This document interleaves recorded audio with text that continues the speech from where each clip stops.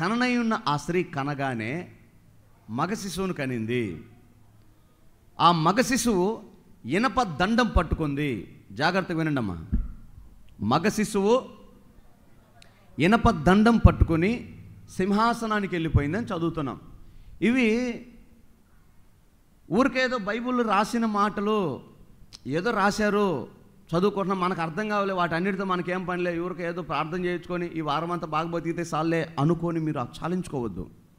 ఎందుకంటే దేవుడు మిమ్మల్ని ఘనంగా ఆశీర్వదించాలని ఆశపడుతున్నాడు. ఈరోజు నేను ప్రకటించబోయే సత్యాలు నీ జీవితం మొత్తం ఎత్తుకుని ఎవడు చెప్పడు, సవాలుగా చెప్తాను నేను మాట. అతిశయంతో చెప్తున్నా. ప్రభు పాదాల దగ్గర కూర్చొని రాత్రింబగలు గోజాడి నిద్రగారాలు మానితే దొరికిన సంగతులు నాకు ఇవి. ఎవ్వరు చెప్పలా, నేనైతే వినలా. అమ్మ అనిపించేటట్టు ఉంటాయి కొన్ని సంగతులు. జాగ్రత్త వినండి. రాయబడిన ప్రతి మాట ఏదో రాశారు మనకు చెప్తున్నారు. పాస్టర్ గారు ప్రార్థన చేస్తే నెత్తిమీ చేయి పెట్టేస్తే వెళ్తాము, ఈ వారం అంతా పనిలో తోడుగా ఉంటాడు, పశువులు బాగుంటాయి, ఉద్యోగాలు బాగుంటాయి, వ్యాపారాలు బాగుంటాయి అని చాలించుకోవద్దు. ఇంకేదో గొప్పది దేవుడు నీ కొరకు దాచిపెట్టాడు. ఏంటి ఆ గొప్పది అంటే, నువ్వు ఒక మగ శిశువు అవ్వాలి. మగ శిశువుగా జన్మించిన నీవు, పునరుద్ధానం చెందబడిన నీవు, నీ చేతికి ఇనప దండం రావాలి. ఇనప దండం పొందుకున్న నీవు సింహాసనానికి వెళ్ళాలి. ఇది ఆయన నిత్య సంకల్పం నీ ఎడల. మొన్న మగ శిశువు అంటే చెప్పాను మీకు. ఎంతమంది గుర్తుంది మగ శిశువు గురించి? విన్నది కాదు, గుర్తుంది. దేవునికి స్తోత్రం. వాళ్ళు కొంతమంది అని గుర్తుపెట్టుకున్నాం. మగ అంటే అర్థం ఏంటంటే అది జెండర్ కాదు అమ్మా. ఆడ మగ అని పోల్చి చెప్పే జెండర్ కాదు, తత్వం. తత్వం. ఇప్పుడు హలో మాయ్ మగోడి పాట పాట మగది ఆడదు ఉంటుందా? మగోడి పని చేసావంటే పని మగది ఆడదు ఉంటుందా? నాకు చెప్పండి. మగోళ్ళు చేసే పని లేని, ఆడోళ్ళు చేసే పని లేని నాకు చెప్పండి. మీరు చేయలేని మేము చేసే పనులు ఏమైనా ఉన్నాయా? వంట అన్నయ్యా, వంట మీ బొంద. రెస్టారెంట్లో పోయి చూడుకోండి, మొత్తం మొగళ్ళే. నేను చూసిన రెస్టారెంట్లో ఒక్క ఆడామ కూడా లేదండి, మొత్తం మగవాళ్ళు వంట చేసేది. బ్రహ్మాండం వంట, అంట్లు తోమే పని కూడా ఆడితే. ఇక బట్టలు ఉతికేదంట మాకు రాజ్యం ఉంది. అవసరమైనప్పుడు మిమ్మల్ని ఉతుకుతాం, బట్టలు ఉతుక్కుంటాం, అన్నీ ఉతుకుతాం, బట్టలు ఉతికే పని. ఇంక మేము చేయింది ఏమున్నాయి, అన్నీ చేస్తున్నాం. బయట షాపింగ్ మాల్స్లోకి వెళ్తే తుడిచే మగవాళ్ళు లేరా? కడిగే మగవాళ్ళు లేరా? మగవాళ్ళు ఉన్నారు కదా. ఇప్పుడు ఆడవాళ్ళు అంటావా? ఈరోజు ఫ్లైట్ ఎక్కితే మగవాళ్ళు ఎక్కడ ఉన్నారు? అందరు ఆడవాళ్ళే. విమానం తోలుతున్న ఆడవాళ్ళే, విమానం నడిపిస్తున్న ఆడవాళ్ళే, మొత్తం ఆడవాళ్ళే. ట్రైన్ తోలే ఆడవాళ్ళు ఉన్నారు, లారీలు నడిపే ఆడవాళ్ళు ఉన్నారు. ఇక వీళ్ళు చేతకంది ఏముంది? అన్ని పనులు ఆడవాళ్ళు చేస్తున్నారు. సాఫ్ట్వేర్ చేస్తున్నారు, హార్డ్వేర్ చేస్తున్నారు. ఇంకా చెప్పాలంటే మన దేశానికి ప్రధాని కూడా, ఇప్పుడున్న రాష్ట్రపతి కూడా స్త్రీయే. మీకు సమానత్వం వచ్చేసింది. అంటే జెండర్ని గురించి నేను మాట్లాడట్లా, ఆ తత్వం. దేవుడు తత్వాన్ని మాట్లాడుతున్నాడు. మలాకీ గ్రంథం 1వ అధ్యాయము 4వ వచనం మీరు చూస్తే, మలాకీ గ్రంథం 1:14.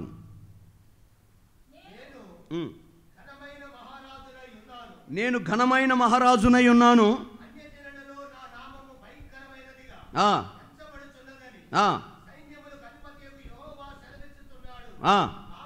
కాబట్టి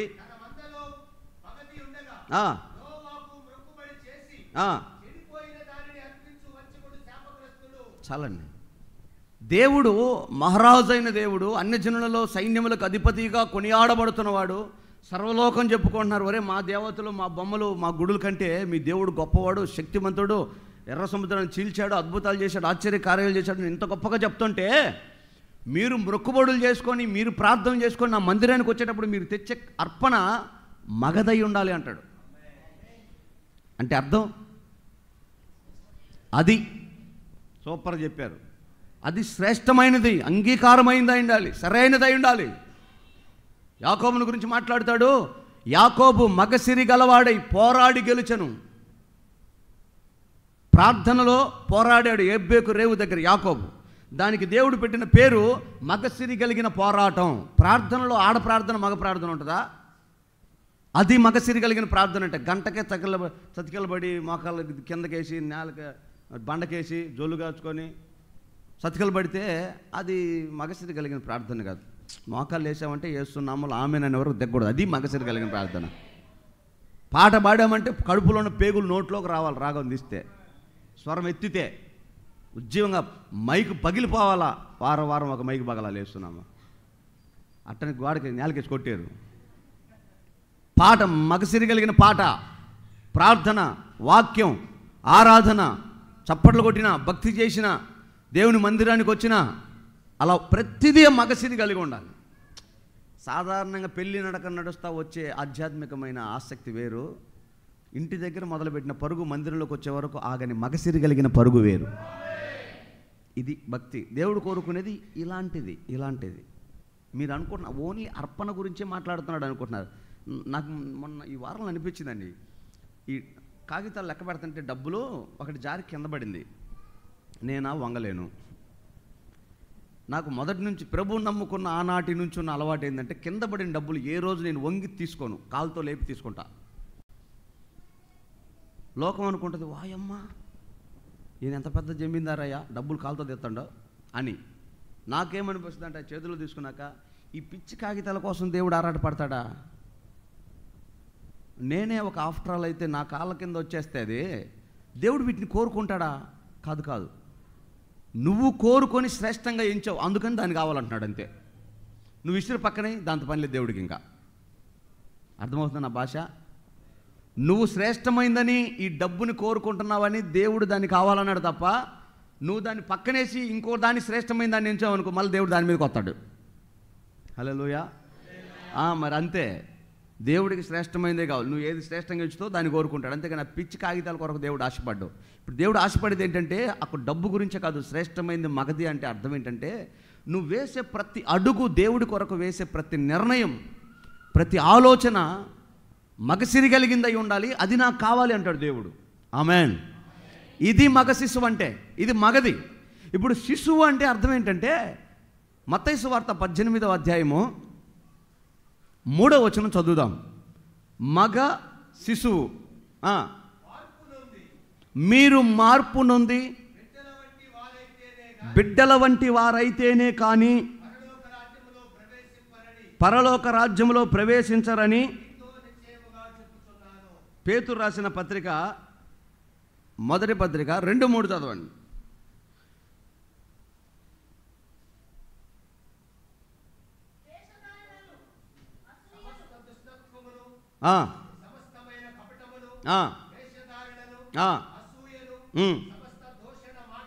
సమస్తమైన దుష్టత్వము, వేషధారణ, దూషణ మాటలు మాని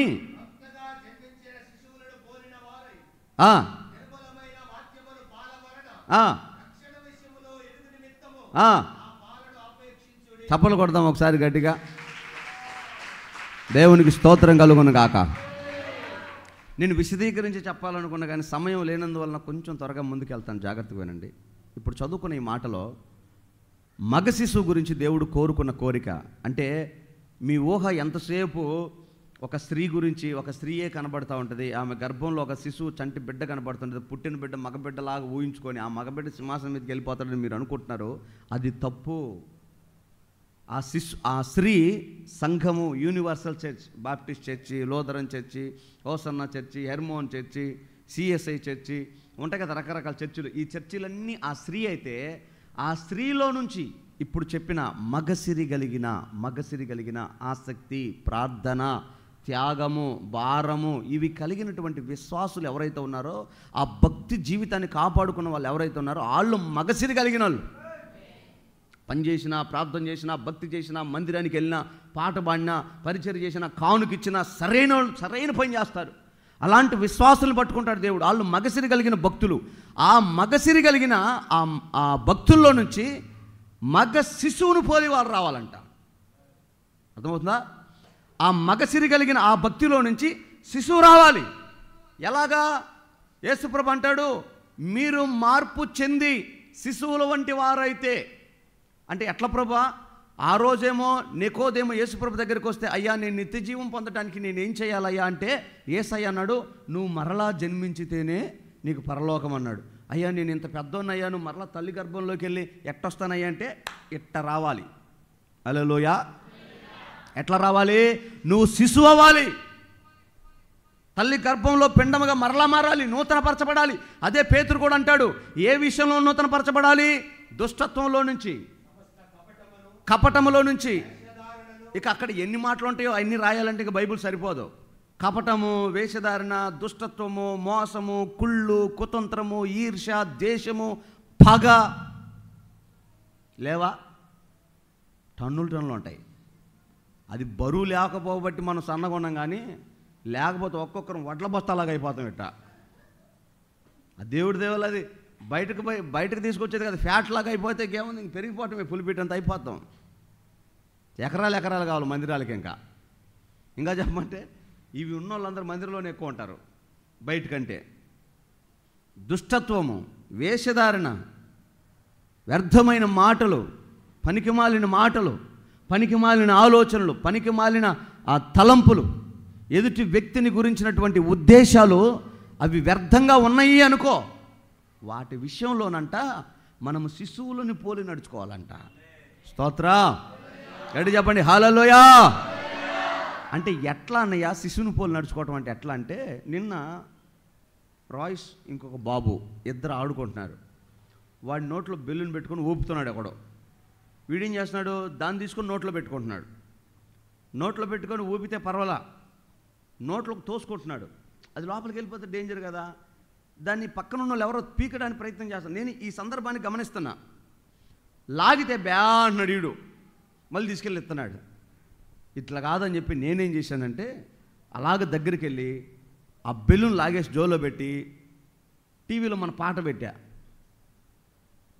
వెంటనే టట్టటార సర్వలోక పరిపాలక పాట రాగానే ఈ బెలూన్ సంగతి మర్చిపోయి నానా అల్లి తగులుకున్నాడు దానికి.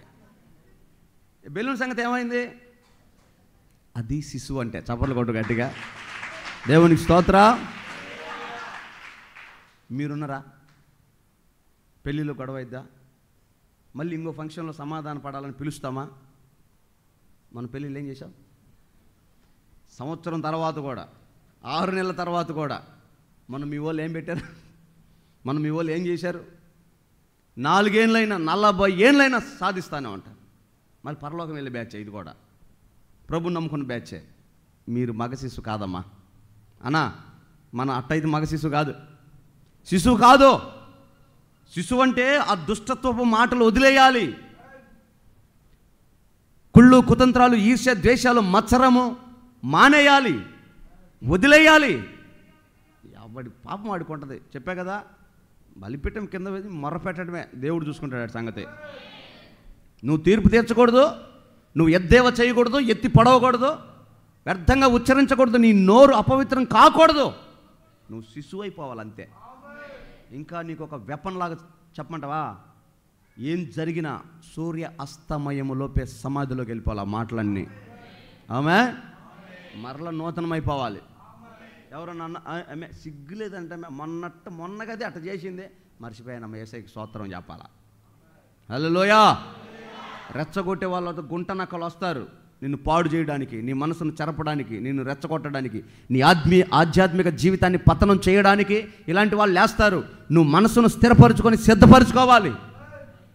నేను ఒక శిశువు లాంటి, నాకేం గుర్తుండవు, నాకేమీ ఉండవు, నేను మర్చిపోతా. విచిత్రం ఏంటో కానివ్వండి, వాక్యం తప్ప ఇట్లాంటి వ్యర్థమైన అన్నీ గుర్తుపెట్టుకుంటారు మీరు. వాక్యం తప్ప ఇవన్నీ గుర్తుంటాయి మీకు. సమయం కూడా చదువుతాడు ఒక్కొక్కడైతే, డేట్ కూడా చదువుతాడు, వాక్యం మాత్రం గుర్తుండదు. ఏందో ఇదంతా, ఈ విచిత్రం ఏంటో. అలా ఉండొద్దండి. శిశువులుగా మనం మారుదుముగాక. అందుకే యేసయ్య అంటాడు, మీరు పెద్దోళ్ళు అయ్యారు. పెద్దోళ్ళు అంటే పౌరుషాలు, రోషాలు ఇవన్నీ మీకు ఉంటాయి. అందుకని మీరు మారాలి. ఏం మారాలయ్యా? మీరే ఉండండి. మీ మీసాలు మీకు, మీ జడలు మీరు అల్లుకోండి, మీరే ఉండండి, పెద్దరికంగానే ఉండండి. కానీ మీ మనస్సు మార్పు చెంది శిశువులను పోలి నడవకపోతే మీరు దేవుని రాజ్యంలో ప్రవేశించరు. జాగ్రత్త. నేను ముందే చెప్పా, ప్రకటన గ్రంథం ఒక హెచ్చరిక. ప్రకటన గ్రంథం ఒక దిద్దుబాటు. ఏ విధము చేతనైనా నిన్ను దేవుని రాజ్యాన్ని తీసుకెళ్లాలని పలుమార్లు మొత్తుకుంటున్నా ఈ క్షణానికే విని వదిలేసి వెళ్ళిపోతే మీ ఇష్టం అండి. ఇంక దేవుని ఎదుట అక్కడ నాకు మీకు సంబంధం లేదండి. తీర్పు తీర్చబడతాం అంతే. నువ్వేం చెప్పావు, నువ్వేం విన్నావు. అప్పుడు ఎదురెదురుగా చూసుకొని బాధపడతాం, ఆశీర్వాదం అయితే సంతోషపడతాం. మీరు అతిశయిస్తారు, అబ్బా మా పాస్టర్ గారు కాబట్టి చెప్పగలిగాడు, వీళ్ళ మొక్కలు వీళ్ళేం చెప్పలేదు అసలు, సిగ్గుపడే వాళ్ళందరిని చూసి మనం అతిశయపడతాం ఆ తీర్పులో, ఆ జడ్జిమెంట్లో. అలా ఉంటుంది ఆ రోజు. కాబట్టి అప్పుడు ఇక్కడ నన్ను బట్టి మీకేం ఆశీర్వాదం ఉండదు, మిమ్మల్ని బట్టి నాకేం ఆశీర్వాదం ఉండదు. నా పనికి నా క్రియలకే నాకు జీతం ఉంటుంది, మీ పనికి మీ క్రియలకు మీకు జీతం ఉంటుంది. అది మనం సపరేట్గా చూసుకోవాల్సిందే. కానీ మిమ్మల్ని సిద్ధపరిచే విషయంలో నేను అన్యాయం చేస్తే నాకు తాట తీస్తాడు దేవుడు. మీరు సిద్ధపడే విషయంలో మీరు పొరపాటు చేస్తే మిమ్మల్ని కూడా తాట తీస్తాడు. ఎందుకంటే శ్రేష్టమైన సంగతులు మీకు బోధిస్తూ ఉన్నా. టైంపాస్ లేదు ఇక్కడ. హల్లెలూయా. సరసోక్తులు పెట్టకథలు లేవు. దేవుని రాజ్యాన్ని సిద్ధపడటమే. ఇంత బలమైన ఉపదేశం మీకు ప్రకటన చేస్తూ ఉన్నా కూడా ఇంకా మీరు మార్పు చెందకపోతే, ఇంకా మీరు వదలకపోతే, పట్టుకొని లాగి లాగి లాగి లాగి తెగేదాకా లాక్కొని తెంచుకొని పాడైపోయి తర్వాత ఒంటరోళ్ళు అయిపోయి జీవితకాలం అవే మనసులో పెట్టుకొని బాధపడుతూ కుటుంబాల మధ్యలో విభేదాలు పుట్టించుకొని, అన్నదమ్ముల మధ్య, అక్క చెల్లెల మధ్య, తోడుకోడల మధ్య, తల్లిదండ్రులు అత్తమామల మధ్య విభేదాలు పుట్టించుకొని సమాధానం లేక ఇక ప్రభు నమ్ముకొని ఉపయోగం ఏముందండి? ఒంగోలులో నాకు ఒక ఫ్యామిలీ తెలుసు. ప్రతిరోజు 200 మంది అనాథ పిల్లలకు భోజనం వడ్డిస్తారు వాళ్ళు. ఎవరో పాస్టర్ గారు, పాస్టమ్మ గారు. ఎంతమందికి? మీ ఇంటికి 4 వస్తే అల్లాడిపోతారు వంట చేసి పెట్టడానికి, కాఫీ ఇవ్వటానికి. ఇక మీరేం చేస్తారు 200 మందికి? ఒకరోజు కాదే, ఒక పూట కాదే. బలాన్ని ఎందుకు దాస్తారు? సోమరితనం ఎందుకు తీసుకొస్తారు? పురుషులైనా స్త్రీలైనా హుషారుగా ఉజ్జీవంగా ఆతిథ్యం ఇచ్చే మనసు కలిగి ఉంటే కదా, నువ్వు పెడతా ఉంటే కదా నీ ఇంటికి చుట్టాలు ఆటోలు ఎక్కువ వచ్చేది. హల్లెలూయా. నీ ఇంట్లో బస్ చేయడానికి ఎంటబడి రావాలి నీ వెనకాల మీ చుట్టాలంతా వేస్తున్నాము. పచ్చడి మెతుకులు పెట్టిన ప్రేమ కలిగి ఉండాలి దాంట్లో. వెండి బంగారాలతో మటన్ చికెన్లతో కాకపోయినా ప్రేమ కలిగి చేస్తే చాలండి. అది మీకు ఆశీర్వాదం. ఆమేన్. అన్యుడైతే నీ ప్రేమను చూసి ప్రభుని నమ్ముకోవాలని ఆశపడతాడు. విశ్వాస అయితే నీ ప్రేమను చూసి నేర్చుకొని దిద్దుకొని సరి చేసుకుంటాడు. రకరకాలుగా మార్పు కలుగుతుంది. దేన్ని బట్టి? నిన్ను బట్టి, నీ ప్రేమను బట్టి. నువ్వు దానికే పాలిమలితే ఎట్లా? ఆలోచన చేయండి ఒకసారి. విశ్వాస జీవితం అంటే ఇదే కదా. ప్రతిదానికి భయపడితే మందిరానికి రావడానికి పాలిమాలితే ఎట్లా? ప్రార్థన చేసుకోవడానికి పాలిమాలితే ఎట్లా? భక్తి చేయడానికి పాలిమాలితే ఎట్లా? బలహీనమైతే ఎట్లా? ఈ విశ్వాసంలో నువ్వు ప్రభు నమ్ముకొని అనేకులకు ఉపయోగకరంగా ఉండాల్సింది ఎప్పుడు? నేను నాకు ఒక మాట చెప్పాడు ఒక దైవజనుడు. అన్నయ్య నాకు ప్రేరేపణ వస్తుంది అన్నయ్య. ఏంటయ్యా? ఇంతవరకు కాలమంతా ఇంగ్లాండ్ నుంచి, ఆస్ట్రేలియా నుంచి, అమెరికా నుంచి వచ్చి మన దేశాన్ని మండించారు, ఉజ్జీవం తీసుకొచ్చారు. ఇప్పుడు ఆ దేశాలు పాడైపోయినాయి అన్న. ఎవడైనా మన దేశం నుంచి వెళ్ళి ఒక్కడైనా ఆ దేశం కొరకు ప్రార్థన చేయొద్దా? ఏమండి? మన దేశానికి వచ్చి పెద్ద పెద్ద క్రూసేడ్లు ఏర్పాటు చేశారు, పెద్ద పెద్ద మీటింగులు పెట్టారు. ఇక్కడ తిరిగి ప్రార్థనలు చేశారు దేశ క్షేమం కొరకు. ఫారినర్స్ ఆ దేశాలు పాడవుతున్నాయి రాకడ దినాల్లో. ఎవరైనా ఇండియన్స్ ఎవరైనా కొంతమంది అయినా వెళ్ళి వాళ్ళకి సువార్త చెప్పి వాళ్ళ కొరకు ప్రార్థన చేయడానికి ఎవరైనా తీర్మానం చేసుకోవద్దా? నువ్వు రాన్న పాదం అన్నాడు నన్ను. బాబా నేను రాలేనయ్యా, నాకు చాలా పని ఉందయ్యా. అందరూ ఎవరి పనులు వాళ్ళు చూసుకొని ఎవరి సేవలు చూసుకుంటే ఎవరన్నా ఆ దేశాల గురించి పోరాడేది.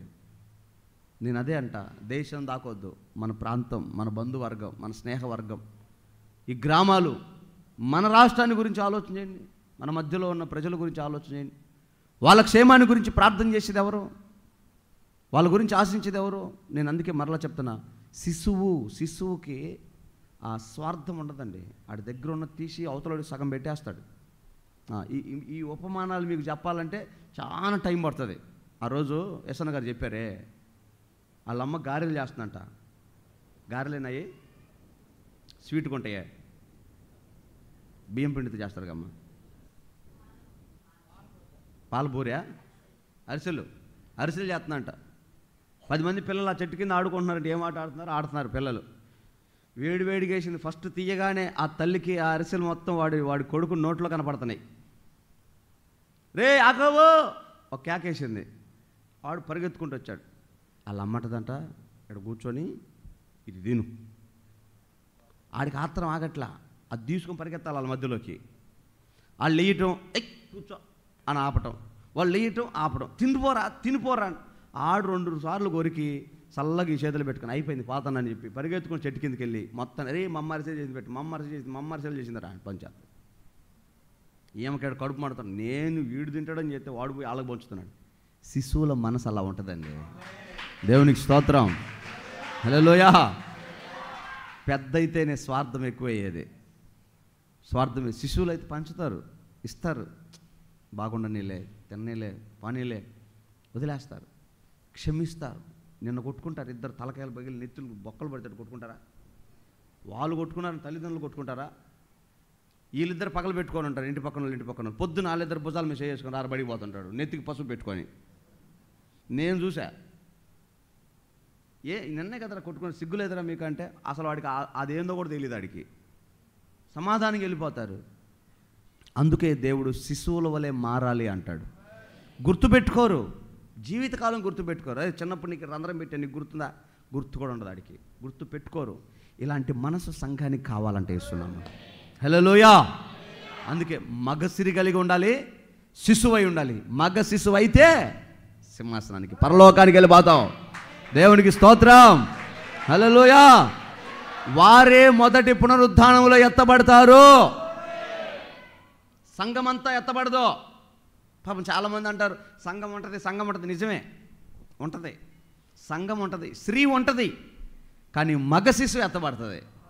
నువ్వు మొదటి పునరుద్ధానంలో ఎత్తబడాలంటే 7 ఏళ్ల శ్రమల గురించి విన్నావే, భయంకరమైన అణు ఆయుధాలతో జరిగే 3వ ప్రపంచ యుద్ధంలో చిక్కుకోకుండా నీ వ్యవస్థ, నీ అడ్మినిస్ట్రేషన్, నీ ఆలోచన సామర్థ్యం మొత్తం సాతాను చేతిలో పెట్టకుండా నువ్వు తప్పించుకోవాలంటే, నువ్వు కాపాడబడాలి అంటే ఖచ్చితంగా నువ్వు మొదటి పునరుద్ధానంలోనే ఎత్తబడదుగాక. మరలా చెప్తున్నా, మొదటి పునరుద్ధానంలో పాలుగలవారు ధన్యులు అని లేఖనంలో రాయబడిన మాట సత్యం.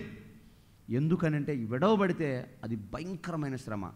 ఇప్పుడు ఇన్ని ఫెసిలిటీస్ ఉంటేనే నువ్వు భక్తి చేయలేకపోతున్నావు, దేవుని ఆరాధించలేకపోతున్నావు. ఇక రేపు ఆ రూల్స్ వేరేగా ఉంటాయి, కొత్త జీవోలు వస్తాయి. అవి నీ మీద రుద్దినప్పుడు నువ్వు అస్సలు భక్తి చేయలేవు, నీ వల్ల కాదు, ఇక నువ్వు అసలు బతకలేవు. వాడు అడగక ముందే పోయి వేయించుకుంటావు. 666 ముద్ర వేసేయండి, నాకు వేసేయండి, నాకు ముద్ర వేసి ఒక ముద్ద బోబెట్టండి నాకు చాలా అంటావు. ఆ స్థితికి వచ్చేస్తారు రేపు రోకం. అందుకే ఇప్పుడే భక్తి చేయండి, ఇప్పుడే కాపాడుకోండి. నేను అంటున్నా, మీరు ఇంటికి వెళ్ళి ఒక్కసారి ఆలోచన చేయండి, నా మాటలు ఎంతవరకు నిజమా, ఎంతవరకు సత్యమా అని. క్రోధాన్ని, దుష్టత్వాన్ని, కోపాన్ని, అసూయని, స్వార్థాన్ని లోపల పెంచుకొని మీరు సాధించేది ఏమీ లేదు. అందరికీ దూరం అవటం తప్ప, అన్నిటికీ దూరం అవటం తప్ప. ప్రేమించి చూడండి, ఆ ఆశీర్వాదం, ఆనందం ఎంత గొప్పగా ఉంటుందో చూస్తారు. వేస్తున్నాము. హల్లెలూయా. నిజం నువ్వు ప్రేమించడం మొదలు పెడితే అవతల వ్యక్తి కూడా తిరిగి నిన్ను ప్రేమిస్తాడు. అప్పుడు నువ్వు అక్కడవే ప్రేమిస్తావు. నిన్ను 100 మంది ప్రేమిస్తే ఆ ఫీల్ ఎలా ఉంటుంది ఒకసారి ఆలోచన చేయండి. చూడండి, నేను ఎక్కడికి వెళ్ళినా అందరూ నన్ను ప్రేమగా చూసుకుంటే నాకు ఎంత సంతోషంగా ఉంటుంది. ఆ తెలియని ప్రాంతానికి వెళ్ళాం, వాళ్ళు కూర్చోబెట్టి పాపం ఏమేమి పెడుతున్నారో, ఎంత బాగా చూసుకుంటున్నారో నాకు అనిపిస్తుంది. వీళ్ళని నేను ఎప్పుడు చూడలేదు, వీళ్ళని ఎప్పుడు నేను ప్రేమించలేదు, ఎందుకని వీళ్ళు ఇంత ప్రేమగా చూస్తున్నారు? అయ్యా, మీ మాటలు మమ్మల్ని ఆదరించాయ్యా, మీ మాటలు మమ్మల్ని బలపరిచాయ్యా, దేవుడు మిమ్మల్ని ప్రేమిస్తున్నాడయ్యా, అంటే నువ్వు దేవుని కుమారుడు అయ్యా, నీకు ఆతిథ్యం ఇవ్వటం మాకు ఆశీర్వాదం అయ్యా అని వాళ్ళు అంత ప్రేమ చూపిస్తూ ఉంటే నాకు కన్నీళ్ళు వస్తూ ఉండేది. ప్రేమించి చూడండి, ఆ టేస్ట్ ఎలా ఉండదో చూస్తారు. ఆమేన్. కాబట్టి ఇది మొదలుకొని మీరు వేసే అడుగు, చేసే ప్రార్థన, దేవుని మందిరానికి వచ్చే సమయము, ఆసక్తి, ఆ భావన ఆసక్తి కలిగిందై ఉండాలి, మగసిరి కలిగిందై ఉండాలి. ఒక్క మాటలో చెప్పాలంటే, వచ్చేటప్పుడు ఉన్న ఆసక్తి, చందా వేసేటప్పుడు ఉన్న ఆసక్తి, తిరిగి వెళుతున్నప్పుడు ఉన్న మనసు, అన్నిటినీ కలగలిపి చూస్తే మగసిరి కలిగిన భక్తిపరుడువై, భక్తిపరురాలువై ఉందోగాక. రెండవది, శిశువును పోలిన జీవితం. తను తగ్గించుకున్నవాడే హెచ్చించబడతాడు. ఏమొద్దు, నాకు చెప్పలేదు, నన్ను పిలవలేదు, నాకు చేయలేదు, వద్దు. మన మీటింగ్ది నాకు బాగా దెబ్బ కొట్టింది. అసలు ఇప్పటికీ ఆ సెగ నాకు తగ్గల. ఇంకా ఏదో ఒక వైపు నుంచి దాడి జరుగుతానే. నిన్న కూడా కొత్త కోణంలో వచ్చింది ఒక ఆయన. నాకు చెప్పారంటే, మమ్మల్ని పట్టించుకుంటారంట. ఒరే, అసలు మీరు నా దృష్టిలో కూడా లేరే. నేను మరలా చెప్పి ఎక్స్ప్లెనేషన్ ఇచ్చాను, యూట్యూబ్లో లైవ్లో ఉంది కదా. అయినా కూడా అడిగారు. బహుశా నిన్న వారం లైవ్ రాలేదేమో, అయినా కూడా అడిగారు. కారణం ఏంటి? వాళ్ళకి అర్థం అవ్వాల. అయినా సరే అనుకున్న వాళ్ళు అనుకొని, నేను మీకు చెప్పా కదా, ఉద్దేశం అది. వేరేదైతే మనం గట్టిగా ఘనంగా చేయమా, 4 ఫ్లెక్సీలు కట్టమా, అనేకులకు ఇన్విటేషన్ ఇవ్వమా. కాబట్టి ఆలోచనేయండి. ఇలాంటివి నీ కుటుంబంలో నుంచి వచ్చినా కూడా అర్థం చేసుకో, నువ్వే ముందుకెళ్ళు. సామెతల గ్రంథంలో రాసింది, నీ శత్రువుని ఇంటికి పిలిచి క్రొవ్విన మాంసంతో వండి పెట్టు, వాడి నెత్తిన నిప్పుల కొంపటేసినట్టు ఉంటుందంట. సిగ్గుపడతాడంట, అరే నేను ఇంత ద్వేషిస్తుంటే ఈ అమ్మాయి నన్ను ఇంత ప్రేమిస్తుందా, మేము వీళ్ళు వద్దనుకున్నాం, వీళ్ళు మమ్మల్ని ఇంత ప్రేమిస్తున్నారా అని వాడే సమాధాన పడతాడు యేసునామములో. ప్రేమలో ఉన్న గొప్పతనం అది. శిశువుగా మారటానికి ప్రేమ గొప్ప ఆయుధం. మగ శిశువులాగా మనం పోలి నడుచుకుందాము గాక. కాబట్టి ఈ లోక సంబంధమైన ఆశీర్వాదాన్ని మీద దృష్టి పెట్టకుండా మగసిరి కలిగిన భక్తి కొరకు, శిశువును పోలిన జీవితం కొరకు మనసు పెట్టండి. మీరు జయించిన సంఘంలో ఉంటారు. ఈ సంవత్సరం మన వాగ్దానం నిశ్చయముగా నెరవేరుతుంది నీ జీవితంలో.